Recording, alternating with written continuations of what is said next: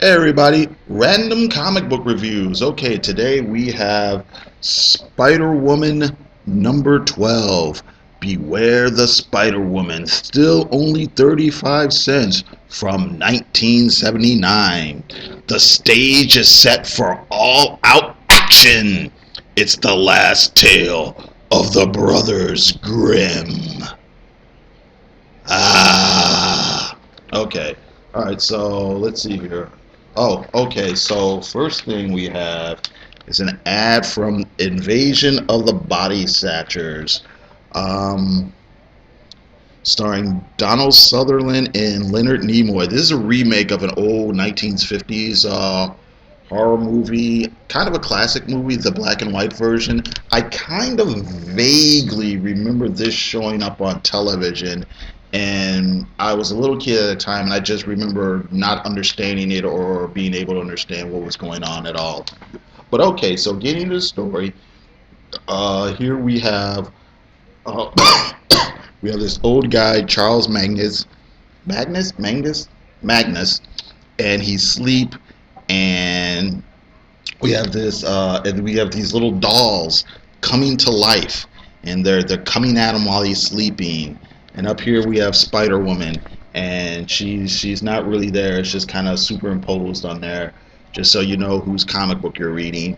And the dolls come and they wake him up, and they tell him that Spider Woman is in danger, and this happens because he has some sort of magic powers and abilities and something.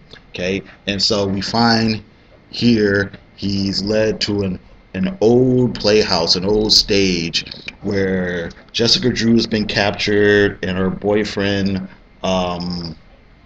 something or another, Jerry Hunt, have been captured. And here are the bad guys, the Brothers Grimm. And here's an old lady, Miss Dolly. And Miss Dolly is actually one of the bad guys, too. So here's some classified ads, super gifts and gimmicks. Okay. And here's some exposition here. And basically, oh, wait a minute. I didn't give you the credits. Let's go back here.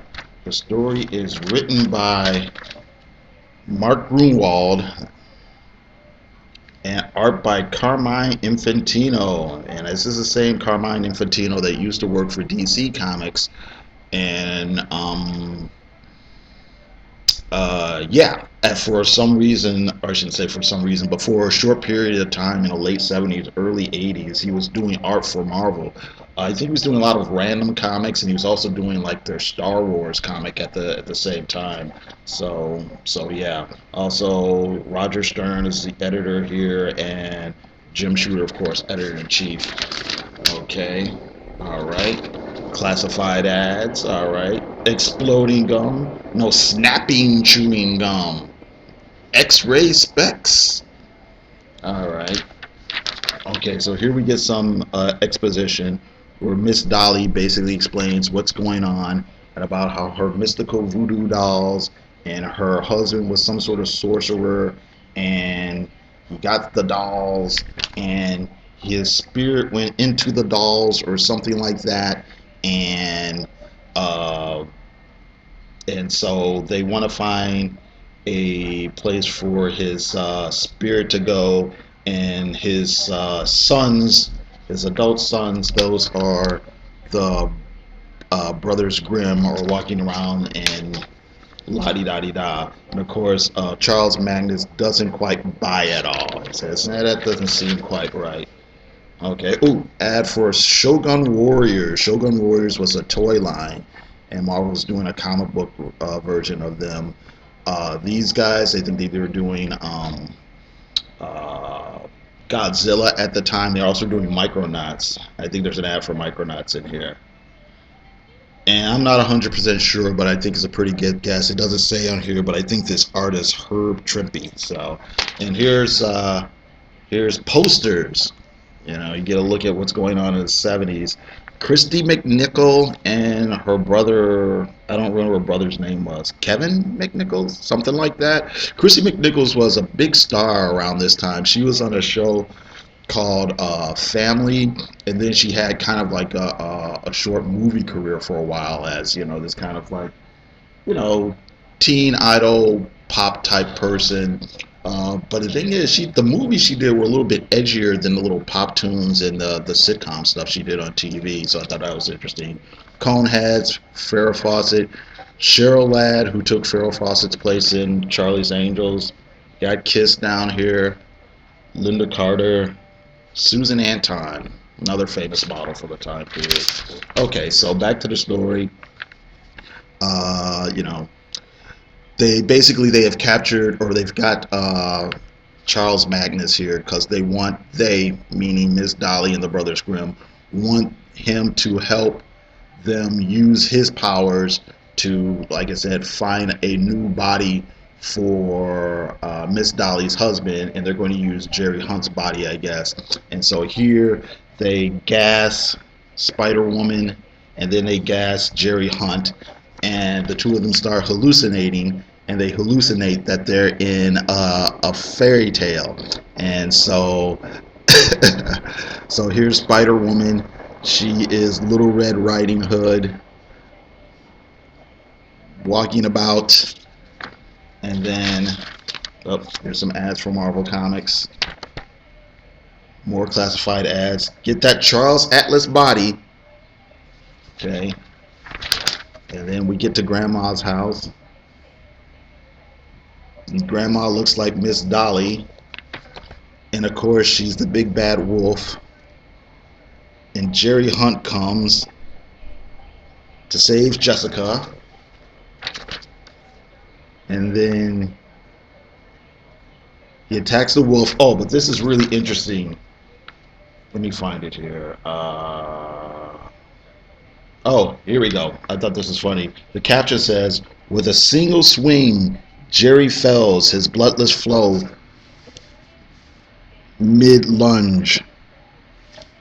And I thought that was pretty funny. I always thought that was probably done on purpose because you see this guy take an axe to somebody, and they probably wanted to cut down to mitigate the violence because it's still a 1979 code approved comic. So I always figured they added that caption in there. See, it's bloodless flow, so you don't think that it's gory or anything like that. And of course, Miss Dolly. When we take off the mask, it's the big bad wolf, but the big bad wolf is really the Brothers Grimm. And then, okay, so now we're back to the reality, and they're about to start the mystical transformation. And oh yeah, here we go. Here's the ads for Micronauts, Shogun Warriors, and Micronauts. This is the niftiest. Wait, here, let's read the caption. Now, cause we're foolish and big-hearted, the niftiest, cuddliest offer this side of an invite to Dr. Doom's surprise birthday party. Yowza! Okay, yeah, Micronauts. I'm pretty sure this art on this Micronauts cover, I'm pretty sure that was Dave Cockrum for that first issue. Although the inside was Michael Golden. And Battlestar Galactica, letters page, top bubble talks about how Marv Wolfman, who's the original writer, has gone on to write for Fantastic Four and Spider-Woman. And here's some comments from readers. A couple of readers were really into the comic. Another few other readers kind of thought the comic was kind of weird and felt that Spider-Woman didn't really fit into the type of comics or stories they were telling, because the stories are a little bit more creature of the night and pseudo supernatural type things. So here's an ad for Pizzazz. For a short period of time, Marvel tried to publish like a Tiger Beat type magazine that didn't last very long. Be a Draftsman by Spider-Man Comics.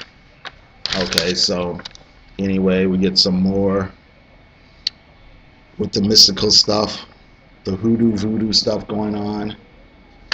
Alright. And then here's Spider-Woman's coming to. So she starts fighting back. She's trying to get out of the trap here. And presenting a new era of greatness for Power Man and Iron Fist. More action than ever before. Join the wildest team of all in the most unbeatable adventures ever.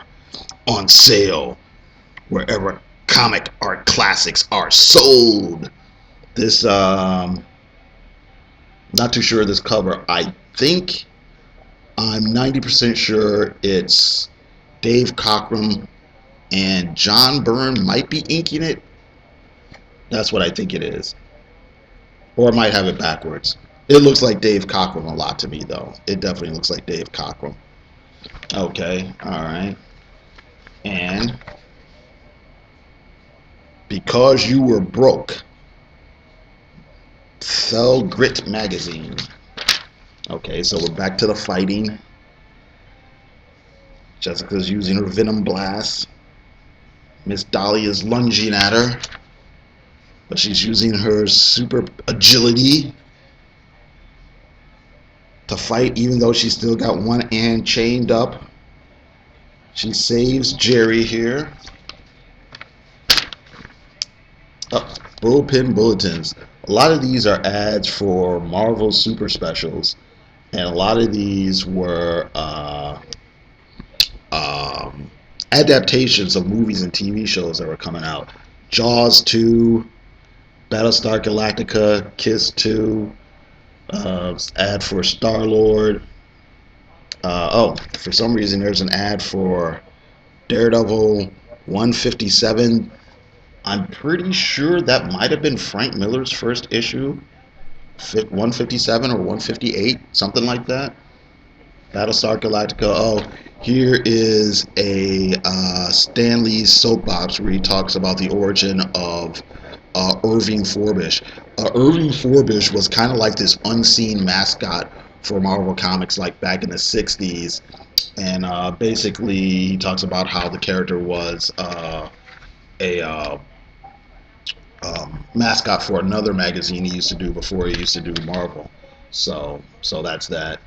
The Incredible Hulk changes his mind. Instead of smashing people, he eats some Hostess cupcakes. Okay, and then back to the story. So the spirit, the old man's Miss Dolly's husband's spirit, leaves the dolls and goes to where Jerry is supposed to be, but Jerry's not there. And then his two sons kind of collapse, and then there's no body for the spirit to go into, so he just kind of disappears in the vapor. And then everybody gets loose, and we really figure out that the old man was never actually in the spirit, or his spirit was never really in the little voodoo dolls. He was in the spirit of the two sons. The two sons were never actually real. They were actually mannequins all along.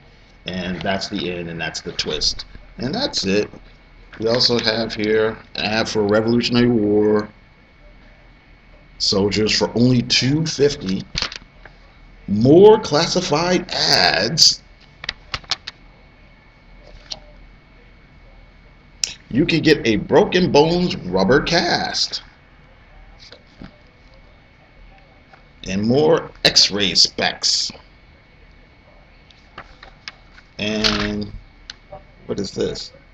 Oh, this is this thing we used to sell seeds, I guess. And you got money and prizes, you know? And that's it. Okay, so I got to thank you very much for hanging out with me. You guys have a good day.